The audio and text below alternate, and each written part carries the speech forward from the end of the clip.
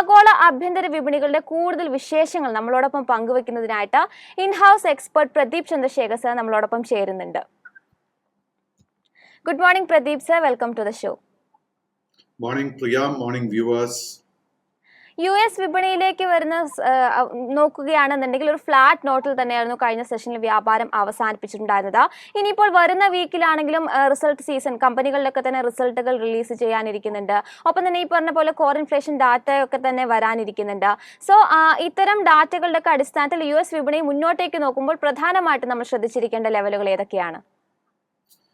Priya, Dow Jones index and Nasdaq പഠിക്കുമ്പോഴേക്കും നമുക്ക് കാണാൻ സാധിക്കുന്ന ഒക്ടോബർ 26 ആയിരുന്നു അവസാനത്തെ മേജർ ബോട്ടം. ആൻഡ് ഈ ഒരു മേജർ അപ് ട്രെൻഡ് അവസാനിച്ച് ഡിസംബർ 20 ആയിരുന്നു. അന്നായിരുന്നു നമുക്ക് ഡൗ ജോൺസ് ഇൻഡെക്സിൽ 37,641 പോയിന്റിന്റെ ഒരു പുതിയ റെക്കോർഡായി കാണാൻ സാധിച്ചത്. അതിനെ തുടർന്ന് ഡൗ ജോൺസ് ഇൻഡെക്സ് തുടർച്ചയായിട്ട് it has been trending sideways, കൺസോൾട്ടേഷനാണ് നടന്നുകൊണ്ടിരിക്കുന്നത്. എങ്കിൽ പോലും വെള്ളിയാഴ്ചത്തെ ട്രേഡിംഗ് നോക്കുമ്പോഴേക്കും നമുക്ക് കാണാൻ സാധിക്കുന്നത് ഡൗ ജോൺസ് ഇൻഡെക്സ് ഒരു പുതിയ റെക്കോർഡ് ഹൈ ലെവലിലോട്ട് എത്തിയിട്ടുണ്ട്. എങ്കിൽ പോലും if we have to see strong buying interest, Dow Jones index 38,000 പോയിന്റിന്റെ റെസിസ്റ്റൻസ് ബ്രേക്ക് ചെയ്യണം. അറ്റ് ദ സെയിം ടൈം നമുക്കൊരു സപ്പോർട്ടായിട്ട് ശ്രദ്ധിച്ചിരിക്കാവുന്നത് 37,000 പോയിന്റ്സ്. സോ ഒരു 1,000 പോയിന്റിന്റെ ഒരു ട്രേഡിംഗ് റേഞ്ചാണ് നമുക്ക് കാണാൻ സാധിക്കുന്നത് between 37,000 point and 38,000 point. Nasdaq ഇൻഡെക്സിന്റെ കേസ് എടുക്കുമ്പോഴേക്കും 17,000 പോയിന്റിൽ വളരെ ശക്തമായിട്ടൊരു റെസിസ്റ്റൻസ് നാസ്ഡാക്ക് ഇൻഡെക്സിന് കാണുന്നുണ്ട്. നാസ്ഡാക്ക് ഇൻഡെക്സിന്റെ കേസിൽ ഇമ്മീഡിയറ്റ് ആയിട്ട് ശ്രദ്ധിച്ചിരിക്കേണ്ട ഒരു സപ്പോർട്ട് ലെവൽ 16,400 പോയിന്റ് ആയിരിക്കും.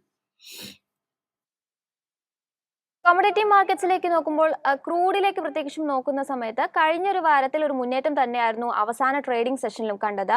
ഒപെക് പ്ലസ് രാജ്യത്തിൽ ഉൾപ്പെടാത്ത രാജ്യങ്ങളെ സംബന്ധിച്ച് അവരവരുടെ ക്രൂഡ് ഉൽപ്പാദനം ഇപ്പോൾ വർദ്ധിപ്പിക്കുന്ന ഒരു സാഹചര്യമാണ് നമുക്ക് കാണാൻ സാധിക്കുന്നത്. ഒപ്പം തന്നെ മിഡിൽ ഈസ്റ്റിലും സ്ഥിതിഗതികൾ കൂടുതൽ വഷളാകുന്ന ഒരു സ്ഥിതിയിൽ ഓയിൽ പ്രൈസിനെ സംബന്ധിച്ച് കൂടുതൽ പോസിറ്റീവായിട്ട് അത് ഇമ്പാക്ട് ചെയ്യുന്നുണ്ട് നമുക്ക് മനസ്സിലാക്കാൻ സാധിക്കുന്നുണ്ട്. ക്രൂഡ് $80, ബാരലിന് $80 എന്ന നില വീണ്ടും മറികടക്കുന്ന ഒരു സ്ഥിതിവിശേഷം കഴിഞ്ഞ വീക്കിലുണ്ടായിരുന്നു. കഴിഞ്ഞൊരു ഇൻട്രാഡേയിൽ നോക്കുമ്പോഴും ബ്രെന്റ് ക്രൂഡ് ഫ്യൂച്ചർ ബാരലിന് $78.29 എന്ന നിലവാരത്തിലായിരുന്നു വ്യാപാരം അവസാനിപ്പിച്ചത്. ഇപ്പം തന്നെ നിലവിൽ സങ്കീർണമാകുന്ന ഇത്തരം ഒരു ജിയോ പൊളിറ്റിക്കൽ അനിശ്ചിതാവസ്ഥയൊക്കെ തന്നെ ക്രൂഡിനെ സംബന്ധിച്ച് മുന്നോട്ടേക്ക് വളരെ പോസിറ്റീവായിട്ട് ഇമ്പാക്ട് ചെയ്യാനുള്ള ഒരു സാധ്യതകളൊക്കെ തന്നെ അനലിസ്റ്റുകൾ തള്ളിക്കളയുന്നില്ല. ക്രൂഡ് വിലയെ സംബന്ധിച്ച് സാറിന്റെ ഒരു എക്സ്പെക്ടേഷൻസ് എന്തൊക്കെയാണ്? ക്രൂഡ് കഴിഞ്ഞ സെപ്റ്റംബർ മാസത്തിലായിരുന്നു അതിൻ്റെ ഒരു കഴിഞ്ഞ 52 ആഴ്ചയിൽ നമ്മൾ കണ്ട ഏറ്റവും ഉയർന്ന level. And light sweet crude നോക്കുമ്പോഴേക്കും $95 വരെ എത്തിയിരുന്നു. അതിനെ തുടർന്ന് we saw lot of a selling and December അവസാനത്തോടു കൂടി $68 വരെ ക്രൂഡിന്റെ വില താഴോട്ട് വന്നിരുന്നു. അതിനുശേഷം കഴിഞ്ഞൊരു 2-3 ആഴ്ചകളായിട്ട് നമുക്ക് ക്രൂഡ് ഓയിലിൽ ഒരു കൺസോൾട്ടേഷനെ കാണാൻ സാധിക്കുന്നത്. അറ്റ് ദ മൊമെന്റ് ക്രൂഡിന്റെ കേസിൽ ഒരു നല്ലൊരു ബുള്ളിഷ് സെറ്റപ്പ് ഫോം ചെയ്തു വരുന്നുണ്ട്. ലൈറ്റ് സ്വീറ്റ് ക്രൂഡിന്റെ കേസിൽ നമ്മൾ ശ്രദ്ധിച്ചിരിക്കേണ്ട ഏറ്റവും മുഖ്യമായിട്ടുള്ള ഒരു റെസിസ്റ്റൻസ് $78 ആയിരിക്കും.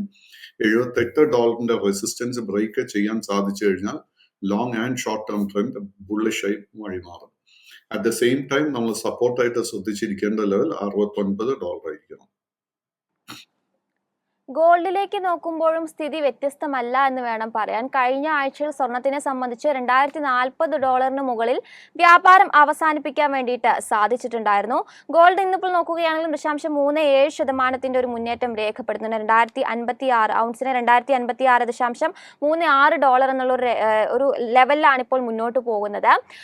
ഒരു നല്ലൊരു റിക്കവറി ഉണ്ടായതിനാൽ തന്നെ മുന്നോട്ടേക്ക് അതിന്റെ ബുള്ളിഷ് ട്രെൻഡ് തുടരാൻ എത്രത്തോളം പോസിബിലിറ്റി ഉണ്ട്? മുന്നോട്ടേക്ക് പ്രധാനമായിട്ടും ശ്രദ്ധിച്ചിരിക്കേണ്ട ലെവലുകൾ ഏതൊക്കെയാണ്?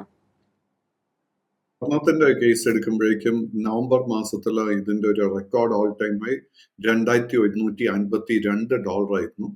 അതിനുശേഷം നമുക്ക് നല്ലൊരു പ്രോഫിറ്റ് ബുക്കിംഗ് സ്വർണത്തിന്റെ കേസിൽ കാണാൻ ഇടയായി.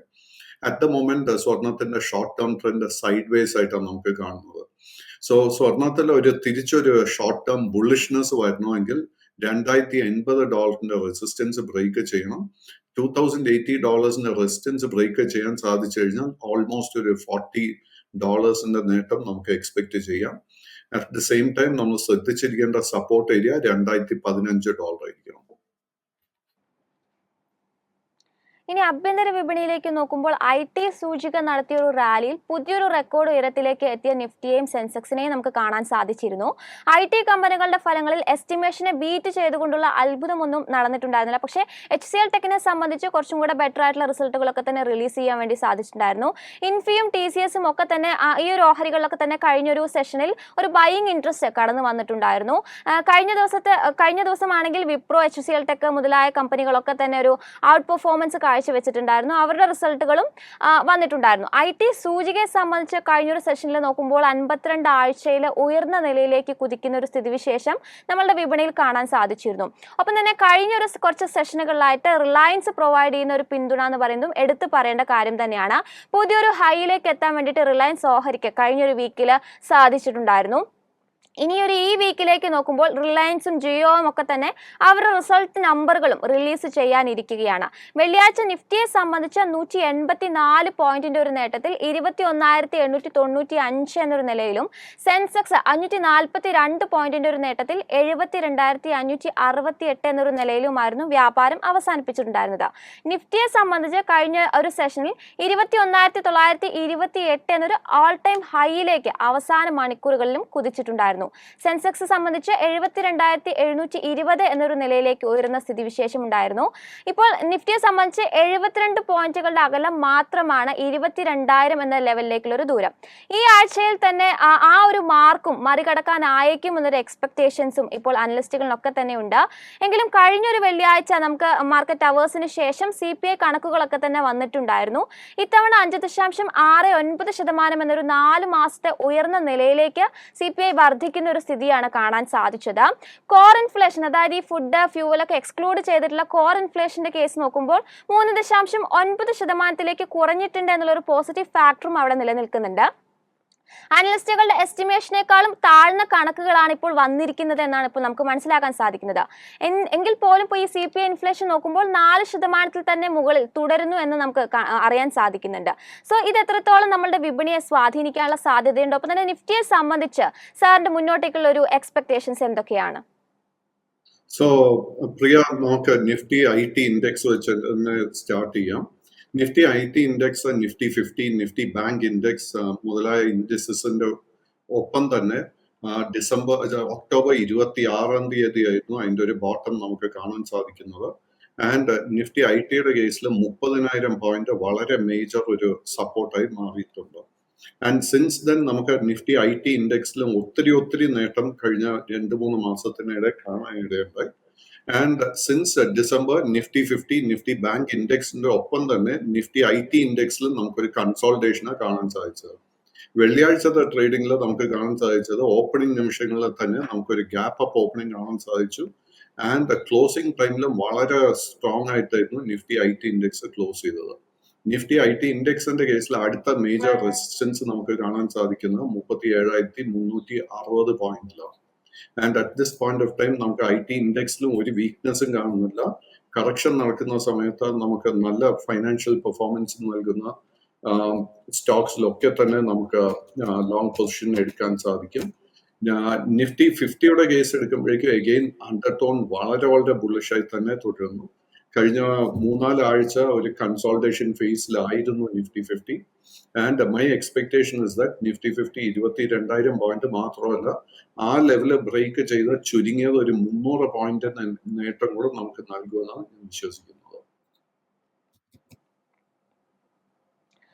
സർ, ഒപ്പം തന്നെ നിഫ്റ്റിയെ സംബന്ധിച്ച് ഇന്നിപ്പോൾ പ്രധാനമായിട്ടും ശ്രദ്ധിച്ചിരിക്കേണ്ട ലെവലുകൾ ഏതൊക്കെയാണ്? നിഫ്റ്റി 50യുടെ കേസിൽ most important resistance level 22,300 points ആയിരിക്കും. ആൻഡ് നിഫ്റ്റി 50യുടെ കേസിൽ നമ്മൾ സപ്പോർട്ടായിട്ട് ശ്രദ്ധിച്ചിരിക്കേണ്ടത് 21,400 പോയിന്റ്. എനിക്ക് തോന്നുന്നില്ല നിഫ്റ്റി 50 ഒരു നല്ലൊരു കുതിപ്പ് നൽകാതെ 21,400 പോയിന്റിന്റെ സപ്പോർട്ട് ബ്രേക്ക് ചെയ്യും എന്ന് എനിക്ക് തോന്നുന്നില്ല. യെസ്. ഒപ്പം തന്നെ ബാങ്ക് നിഫ്റ്റിയിലേക്ക് നോക്കുമ്പോൾ കഴിഞ്ഞ ഒരു വീക്കിൽ അതിൻ്റെ ഒരു പെർഫോമൻസ് വിലയിരുത്തുമ്പോൾ ഒരു അണ്ടർ പെർഫോമൻസ് ആണ് കാണാൻ സാധിച്ചതെന്ന് നമുക്ക് മനസ്സിലാകുന്നുണ്ട്. പക്ഷേ വെള്ളിയാഴ്ച നോക്കുമ്പോൾ 272 പോയിന്റിന്റെ ഒരു നേട്ടത്തിൽ 47,709.8 എന്നൊരു റേഞ്ചിലായിരുന്നു വ്യാപാരം അവസാനിപ്പിച്ചത്. ഇപ്പോൾ PSU ബാങ്കിങ് സൂചികയാണെങ്കിലും പ്രൈവറ്റ് ബാങ്കിങ് സൂചികയും ഒക്കെ തന്നെ നല്ലൊരു മുന്നേറ്റം കഴിഞ്ഞ വീക്കിൽ കഴിഞ്ഞ ഒരു സെഷനിൽ കാണാൻ സാധിച്ചിരുന്നു. PSU ബാങ്കിങ് സൂചിക 2% ഒരു നേട്ടം കൈവരിക്കുന്ന ഒരു സ്ഥിതിവിശേഷം ഉണ്ടായിരുന്നു. ഇനി മുന്നോട്ടേക്ക് ഈ ഒരു വീക്കിൽ നോക്കുമ്പോൾ പ്രധാനപ്പെട്ട ബാങ്കിങ് സെക്ടറിലെ ധാരാളം കമ്പനികൾ അവരുടെ റിസൾട്ടുകൾ റിലീസ് ചെയ്യാനിരിക്കുന്നുണ്ട്. സോ ബാങ്ക് നിഫ്റ്റിയിലെ സാറിന്റെ ഒരു എക്സ്പെക്ടേഷൻസ് എന്തൊക്കെയാണ്? പ്രധാനമായിട്ടും ശ്രദ്ധിക്കേണ്ട ലെവലുകൾ ഏതൊക്കെയാണ്? ബാങ്ക് നിഫ്റ്റിയുടെ കേസിൽ ഏറ്റവും ഇമ്പോർട്ടന്റ് ആയിട്ടുള്ള ഒരു റെസിസ്റ്റൻസ് ലെവൽ 48,290 പോയിന്റ് ആയിരിക്കും, 48,290. ഈ ഒരു റെസിസ്റ്റൻസ് ബ്രേക്ക് ചെയ്യാൻ സാധിച്ചു കഴിഞ്ഞാൽ നമുക്ക് നിഫ്റ്റി ബാങ്ക് ഇൻഡെക്സിൽ ഒത്തിരി നേട്ടം എക്സ്പെക്ട് ചെയ്യാം. മോർ ദാൻ 400-500 പോയിന്റ്സിന്റെ നേട്ടം നിഫ്റ്റി ബാങ്ക് ഇൻഡെക്സിൽ നമുക്ക് പ്രതീക്ഷിക്കാം. നിഫ്റ്റി ബാങ്ക് ഇൻഡെക്സിന്റെ കേസിൽ ഈ നിലവിലുള്ള ഷോർട്ട് ടേം ട്രെൻഡ് ബെയറിഷായി മാറണമെങ്കിൽ നിഫ്റ്റി ബാങ്ക് ഇൻഡെക്സ് 47,000 പോയിന്റിന്റെ സപ്പോർട്ട് ബ്രേക്ക് ചെയ്യണം. അത് എനിക്ക് എളുപ്പത്തിന് നടക്കുമെന്ന് എനിക്ക് തോന്നുന്നില്ല. കാര്യം എന്താന്ന് വെച്ച് കഴിഞ്ഞാൽ under tone in the banking sector വളരെ ബുള്ളിഷായി തന്നെ തുടരുന്നു. ആൻഡ് നമ്മളിപ്പോ നിഫ്റ്റി സെക്ടറിൽ നമുക്ക് മെയിൻ ഫ്രണ്ട് ലൈൻ സ്റ്റോക്സിൽ ഒരു പൊസിഷൻ എടുക്കാൻ ആഗ്രഹിക്കുന്നുണ്ടെങ്കിൽ നമ്മൾ ഏറ്റവും ഇമ്പോർട്ടന്റ് ആയിട്ട് ശ്രദ്ധിച്ചിരിക്കേണ്ട ചില സ്റ്റോക്സ്, ആദ്യത്തെ HDFC ബാങ്ക്. HDFC ബാങ്കിന്റെ കേസിൽ അറൌണ്ട് 1,620 രൂപയിൽ വളരെ സ്ട്രോങ് സപ്പോർട്ട് ഉണ്ട്. എനിക്ക് തോന്നുന്നില്ല ആ ഒരു സപ്പോർട്ട് ബ്രേക്ക് ചെയ്യപ്പെടുമെന്ന്. At the same time resistance ആയിട്ട് 1,683 രൂപ ശ്രദ്ധിച്ചിരിക്കുക. ICICI ബാങ്കിന്റെ കേസ് എടുക്കുമ്പോഴേക്കും again the trend is very much bullish. ICICI ബാങ്കിന്റെ കേസിൽ കറന്റ് ലെവൽസിൽ നല്ലൊരു ബുള്ളിഷ് സെറ്റപ്പ് ഫോം ചെയ്തിട്ടുണ്ട്. 1,042 രൂപയായിരിക്കും അടുത്ത മേജർ റെസിസ്റ്റൻസ്. അതേസമയം സ്റ്റേറ്റ് ബാങ്ക് ഓഫ് ഇന്ത്യ നോക്കുമ്പോഴേക്കും state bank of India around 643 rupees major resistance, 618 രൂപയിൽ നല്ല സപ്പോർട്ടും ഫോം ചെയ്തിട്ടുണ്ട്. യെസ്, സ്റ്റോക്ക് സ്പെസിഫിക് ആയിട്ടുള്ള ന്യൂസുകളിലേക്ക് വരുമ്പോൾ ഇന്ന് പ്രധാനമായിട്ടും ജിയോ ഫിനാൻഷ്യൽ സർവീസസ് തന്നെയാണ് തങ്ങളുടെ റിസൾട്ടുകൾ റിലീസ് ചെയ്യുന്നത്. കഴിഞ്ഞൊരു പാദത്തിൽ കമ്പനിയുടെ ഒരു അറ്റാദായത്തിൽ 101% ഒരു വർധനവായിരുന്നു രേഖപ്പെടുത്തിയിട്ടുണ്ടായിരുന്നത്. ലിസ്റ്റിംഗിന് ശേഷമുള്ള ഒരു ആദ്യ പാദ ഫലമായിരുന്നു കഴിഞ്ഞ തവണ അവർ റിലീസ് ചെയ്തിട്ടുണ്ടായിരുന്നത്. മികച്ച നമ്പേഴ്സ് ഒക്കെ തന്നെ റിലീസ് ചെയ്യാൻ കമ്പനിയെ സംബന്ധിച്ച് സാധിച്ചിട്ടുണ്ട്. വരുമാനത്തിലും 47% ഒരു വർധനവ് സെപ്റ്റംബർ പാദത്തിൽ കമ്പനിക്ക് ഉണ്ടായി. 2024 സാമ്പത്തിക വർഷത്തിൽ ലെൻഡിംഗ് ബിസിനസ്സിൽ ഏകദേശം 4,600 കോടി രൂപയുടെ ഒരു അസറ്റ് അണ്ടർ മാനേജ്മെന്റ് രേഖപ്പെടുത്താൻ വേണ്ടിയിട്ട് സാധിക്കും എന്നാണ് ഇപ്പോൾ അനലിസ്റ്റുകളുടെ ഒക്കെ തന്നെ ഒരു എക്സ്പെക്ടേഷൻസ്. മാത്രമല്ല കമ്പനിയെ സംബന്ധിച്ച് UPI അടിസ്ഥാനമാക്കിയിട്ടുള്ള ഒരു പേയ്മെന്റുകൾ ആരംഭിച്ചതും ഒപ്പം തന്നെ അവരുടെ മൊബൈൽ ആപ്പിന്റെ ഉപയോഗത്തിൽ ഗണ്യമായിട്ടുള്ള ഒരു വർധനവും ഒക്കെ തന്നെ മുന്നോട്ടേക്ക് വളരെ പോസിറ്റീവ് ആയിട്ട് തന്നെ ഇമ്പാക്ട് ചെയ്യും എന്ന് തന്നെയാണ് ഇപ്പോൾ എക്സ്പെക്ട് ചെയ്യുന്നത്. ഓൾമോസ്റ്റ് ഇപ്പോൾ ജിയോ ഫിനാൻഷ്യൽ സംബന്ധിച്ച് ലിസ്റ്റിംഗ് പ്രൈസിനോട് അടുത്ത് തന്നെയാണ് ഓഹരി വ്യാപാരം ചെയ്യുന്നത്. റിസൾട്ടിനെ കുറിച്ചുള്ള സാറിന്റെ ഒരു വ്യൂ എന്താണ്? ഒപ്പം തന്നെ ഈ ഒരു സ്റ്റോക്കിൽ നമ്മൾ ശ്രദ്ധിച്ചിരിക്കേണ്ട ലെവലുകൾ ഏതൊക്കെയാണ്? സോ ജിയോ ഫൈനാൻഷ്യൽ എൻ്റെ അഭിപ്രായത്തിൽ ഇറ്റ്സ് എ ഗ്രേറ്റ് സ്റ്റോക്ക്. ഒരു ലോങ് ടേം വേണ്ടി നമുക്ക് ഹോൾഡ് ചെയ്യാവുന്ന ഒരു സ്റ്റോക്ക് തന്നെ. But again Nifty 50 Nifty bank ഇൻഡെക്സിന്റെ കൂടെ തന്നെ ഈ ഒരു സ്റ്റോക്കിൽ നമുക്ക് കഴിഞ്ഞ 2 മാസത്തിനിടെ ഒത്തിരി നേട്ടം കാണാൻ സാധിച്ചിട്ടുണ്ട്. അറ്റ് ദ മൊമെന്റ് നിലവിലുള്ള short and long term trend bullish ആയിട്ടാണ് കാണുന്നത്. എങ്കിൽ പോലും സ്റ്റോക്ക് അതിന്റെ റെക്കോർഡ് ഓൾ ടൈം ഹൈ 267 രൂപയ്ക്ക് വളരെ അടുത്തോട്ട് എത്തിയിട്ടുണ്ട്. ആൻഡ് എൻ്റെ ഒരു എക്സ്പെക്ടേഷൻ റിസൾട്ട് അനൗൺസ് ചെയ്യുന്ന സമയത്ത് അറൌണ്ട് 265-275 ആ ഒരു റേഞ്ച് എത്തുമ്പോഴേക്കും പ്രോഫിറ്റ് ടേക്കിംഗ് നമുക്ക് എക്സ്പെക്ട് ചെയ്യാം. സോ കൈവശം ലോങ് പൊസിഷൻ ഉണ്ടെങ്കിൽ ഈ റേഞ്ച് ശ്രദ്ധിച്ചിരിക്കുക. ഒപ്പം തന്നെ ഫിനാൻഷ്യൽ സർവീസസ് മേഖലയിൽ നിന്ന് ഫെഡ്ഫിനയും തങ്ങളുടെ റിസൾട്ടുമായിട്ട് ഇന്ന് വരുന്നുണ്ട്. കമ്പനിയെക്കുറിച്ച് പറയുമ്പോൾ ഈ അടുത്തായിരുന്നു കമ്പനി വിപണിയിൽ ലിസ്റ്റ് ചെയ്യപ്പെട്ടത്. പ്രതീക്ഷിച്ചത്ര ഒരു ഗംഭീരമായിട്ടുള്ളൊരു സ്വീകരണം ഒന്നും തന്നെ ലഭിച്ചിരുന്നില്ല എന്ന് നമുക്ക് വേണമെങ്കിൽ പറയാൻ സാധിക്കുന്നുണ്ട്. വിപണിയിൽ ലിസ്റ്റ് ചെയ്തതിന് ശേഷം കമ്പനിയുടെ കഴിഞ്ഞൊരു 3 വർഷത്തെ അതിൻ്റെ ഒരു പെർഫോമൻസ് വിലയിരുത്തുന്ന സമയത്ത് ഒരു നല്ലൊരു പ്രോഫിറ്റ് ഗ്രോത്ത് രേഖപ്പെടുത്താൻ വേണ്ടിയിട്ട് കമ്പനിക്ക് സാധിച്ചിട്ടുണ്ട്. വിപണിയിൽ അതിന്റെ ഒരു പെർഫോമൻസിനെ കുറിച്ച് നമുക്ക് ഒരു ഐഡിയ കിട്ടി വരുന്നതേ ഉള്ളൂ എങ്കിൽ പോലും സാറിന്റെ ഈ ഒരു സ്റ്റോക്കിലുള്ള എക്സ്പെക്ടേഷൻസ് എന്താണ്? ഈ ഒരു സ്റ്റോക്കിൽ നമുക്കൊരു പുതിയൊരു പൊസിഷൻ ഇനിഷ്യേറ്റ് ചെയ്യുന്നത് റിസ്ക് ആണോ? See, at the moment, fed ഫിനാൻഷ്യലിന്റെ കേസിൽ നമുക്ക് ഒത്തിരി ട്രേഡിംഗ് ഹിസ്റ്ററി ലഭ്യമല്ല. സോ അതുകൊണ്ട് തന്നെ വളരെ ഒരു ലോങ് ടേം വ്യൂ എടുക്കാൻ വളരെ ബുദ്ധിമുട്ടാണ്. പക്ഷെ സ്റ്റോക്കിന്റെ കേസിൽ രണ്ട് മുഖ്യമായിട്ട് റെസിസ്റ്റൻസ് ലെവൽസ് കാണുന്നത്. ആദ്യത്തെ 142 രൂപയും അതിനുശേഷം 145 രൂപയും. ഈ രണ്ട് റെസിസ്റ്റൻസിന് മുകളിൽ സ്റ്റോക്കിന് ക്ലോസ് ചെയ്യാൻ സാധിച്ചാൽ മാത്രമേ ഷോർട്ട് ടേം ട്രെൻഡ് ബുള്ളിഷായി മാറാൻ പോകുന്നുള്ളൂ. ലിസ്റ്റിംഗിന് ശേഷം സ്റ്റോക്കിന്റെ ലോവസ്റ്റ് ലെവൽ അറൌണ്ട് 135 രൂപയായിരുന്നു. അതായിരിക്കണം നമ്മൾ സപ്പോർട്ടായിട്ട് ശ്രദ്ധിച്ചിരിക്കേണ്ട ലെവൽ. ഒപ്പം തന്നെ മറ്റൊരു സ്റ്റോക്ക് എന്ന് പറയുന്നത് റിലയൻസ് ഗ്രൂപ്പിന്റെ തന്നെ കൺസ്ട്രക്ഷൻ മേഖലയുള്ള ഒരു കമ്പനിയാണ് റിലയൻസ് ഇൻഡസ്ട്രിയൽ ഇൻഫ്രാസ്ട്രക്ചർ ലിമിറ്റഡ്. കമ്പനിയുടെ മൂന്നാം പാദ ഫലങ്ങൾ റിലീസ് ചെയ്യാനിരിക്കുകയാണ്. ഇതൊരു സ്മോൾ ക്യാപ് സ്റ്റോക്ക് തന്നെയാണ്. പക്ഷേ എങ്കിൽ പോലും പ്രോഫിറ്റ് ഗ്രോത്തിൽ നല്ലൊരു മുന്നേറ്റം രേഖപ്പെടുത്താൻ വേണ്ടിയിട്ട് കഴിഞ്ഞിട്ടുള്ള ഒരു കമ്പനി കൂടിയാണ്. മാത്രമല്ല കമ്പനിയെ സംബന്ധിച്ച് ഓൾമോസ്റ്റ് ഒരു ഡെപ്റ്റ് ഫ്രീ ആയിട്ടുള്ള ഒരു കമ്പനി കൂടിയാണ്. പക്ഷേ മറ്റ് പാരാമീറ്റേഴ്സ് ആയിട്ട് നോക്കുമ്പോൾ, അതായത് ഇപ്പോൾ ഈ ROE, ROC, റവന്യൂ ഗ്രോത്ത് എന്നിവയിലൊക്കെ തന്നെ കാര്യമായിട്ടുള്ളൊരു ഗ്രോത്ത് രേഖപ്പെടുത്താൻ കഴിഞ്ഞിട്ടില്ല എന്നുള്ളത് ഒരു റിസ്ക് ഫാക്ടറായിട്ട് നമുക്ക് ചൂണ്ടിക്കാണിക്കാവുന്നതാണ്. ഈ ഒരു ഓഹരി കൈവശം വെച്ചിരിക്കുന്ന ഒരു നിക്ഷേപകൻ പ്രധാനമായിട്ടും ശ്രദ്ധിച്ചിരിക്കേണ്ട ലെവലുകൾ ഏതൊക്കെയാണ്? റിലയൻസ് റിലയൻസ് ഇൻഡസ്ട്രിയൽ ഇൻഫ്രാസ്ട്രക്ചർ നോക്കുമ്പോഴേക്ക് again short term long term trend ബുള്ളിഷായി തന്നെ തുടരുന്നു. ബട്ട് വെള്ളിയാഴ്ചത്തെ ട്രേഡിംഗിൽ 1600 രൂപ എത്തിയതിനു ശേഷം നമുക്ക് ഒരു അല്പം പ്രോഫിറ്റ് ബുക്കിംഗ് കാണാൻ ഇടയുണ്ടായി. സോ അറ്റ് ദിസ് മൊമെന്റ് പുതിയ ലോങ് പൊസിഷൻ അവോയ്ഡ് ചെയ്യുക. ആൻഡ് സ്റ്റോക്കിലെ ഏറ്റവും ഇമ്പോർട്ടൻ്റ് ആയിട്ട് ഒരു സപ്പോർട്ട് ഏരിയ 1320 രൂപയായിരിക്കും. And resistance 1620.